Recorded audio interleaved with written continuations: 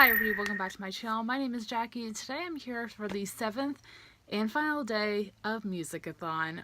Wow, this week went by real quick. And for today's video, I'm going to be doing another Read-a-Thon Tbr video. And today I'm here to do the Tbr for the Booklist Read-A-Thon. This is a week-long Read-a-Thon that is happening from April 1st to the 7th, so starting tomorrow.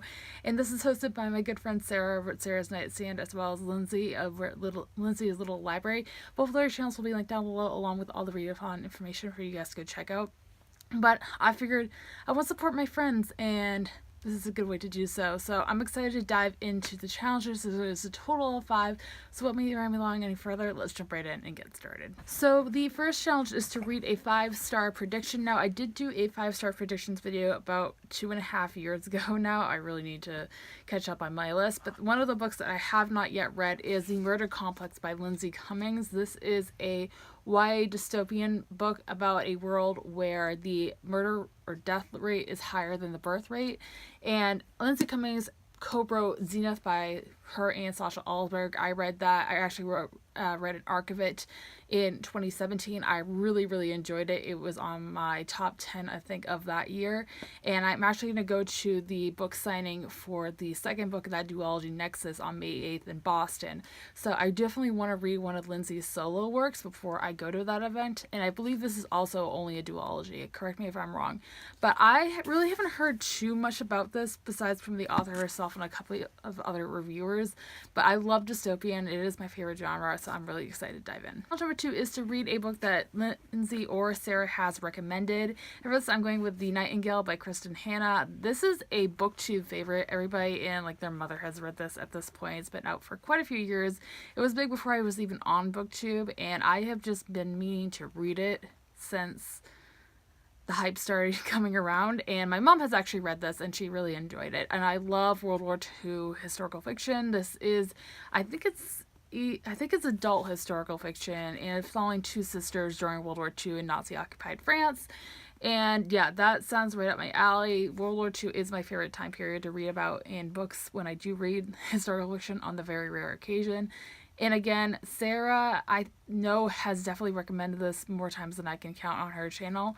And I just need to read it. I really need to get to this book. Challenge number 3 is to read a book by new to you author. For this, I'm going with Pride by Ibi Zoboi.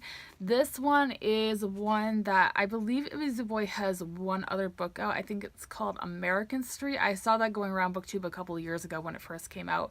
But this one came out last year. This is the Crate exclusive edition with this beautiful pink font on it. And all I know about this, it is a modern day Pride and Prejudice retelling, which, if I'm being completely honest with you guys, I've never read Pride and Prejudice. I have no incline as of right now to read it in the near future. I might in the future, like a couple years down the line, but as of right now, I don't have any interest in reading the original work. But I heard you don't have to necessarily go in knowing all the information about the original story. You just need to know like the basic stuff, which is what I do know. And this one is taking place in New York, and it's following a young girl named Zuri, who is very proud of the neighborhood in Brooklyn that she has grown up in. And one day a family moves across the street who is kind of their rivals, named the Darcys, and the main character, Zuri, forms like a relationship with one of the brothers, and one of her sisters, I believe, also forms a relationship, something along those lines. So yeah, I haven't heard too much about this. I know her first novel was very popular, so I'm interested and I'm really excited to see what this has in store. Number 4 is to read a book starting with the letter S or the letter L, and this does not have to include the words like La or something along those lines beforehand. So I'm going with Shadow of the Fox by Julie Kagawa. This one is a Japanese YA fantasy story. It's inspired by Japanese mythology, which is something I also love reading about. And this is also the Crate exclusive cover, and this obviously starts with the letter S on the title. And I also haven't heard too much about this book. I know there was a lot of buzz before it actually came out in late October, I want to say, of last year, and then I really haven't heard anything about it since. But I, again, love anything that has to do with Japan. I think it's a very interesting place to learn about. I love their mythology.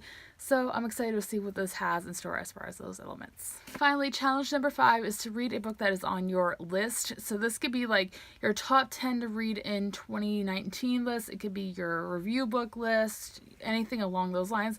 So I'm actually going to go with Peace and Turmoil by Elliot Brooks. This is one that is on my review book list of books I have to read that were sent to me for review this year. And ironically, I'm actually buddy reading this with Sara, and we've been buddy reading it since late February, and I am still currently reading it. I'm not very far in. I'm on page 66 of this. It is over 700 pages. It is an adult epic fantasy. It's the first book, and I believe it's going to be a trilogy following this world where there's 4 different kingdoms, and the way I describe it is like Avatar: The Last Airbender meets Game of Thrones. And basically these 4 kingdoms had a huge war 30 years in the past before this book is taking place, and they have been at peace ever since the war ended. And then 30 years later, we follow characters from all of these kingdoms, and there has been some internal stuff going on that's like kind of undercover, and it might turn into something else later down the road. And the way the magic system works in this world is where the Avatar: The Last Airbender elements come into play, at least was what I can think of, was like they all have to do around the elements. So that is really, really interesting. I'm really enjoying it so far. It is definitely going to take me a while. I probably will not finish it during the readathon, but I want to get at least halfway through it, and I'm really excited to see what this has in store for the rest of the book. And that's everything I'm going to have for this video, guys. I hope you guys enjoyed. If you did, be sure to give a thumbs up and subscribe if you haven't already. Even though I did post a video every single day during Music-A-Thon this week, I will be going back to my normal schedule, posting every single Monday, Wednesday, and Friday this week. So make sure you're subscribed for future videos like this, and be sure to let me know in the comments down below what you guys plan on reading during the readathon if you are participating. So I would love to know. As always, all my social media links are linked down below for you guys to check out, along with all the readathon information. And with that being said, I hope you guys have a fantastic rest of your day, and I will see you soon for another video. Thanks for watching, everybody. Bye!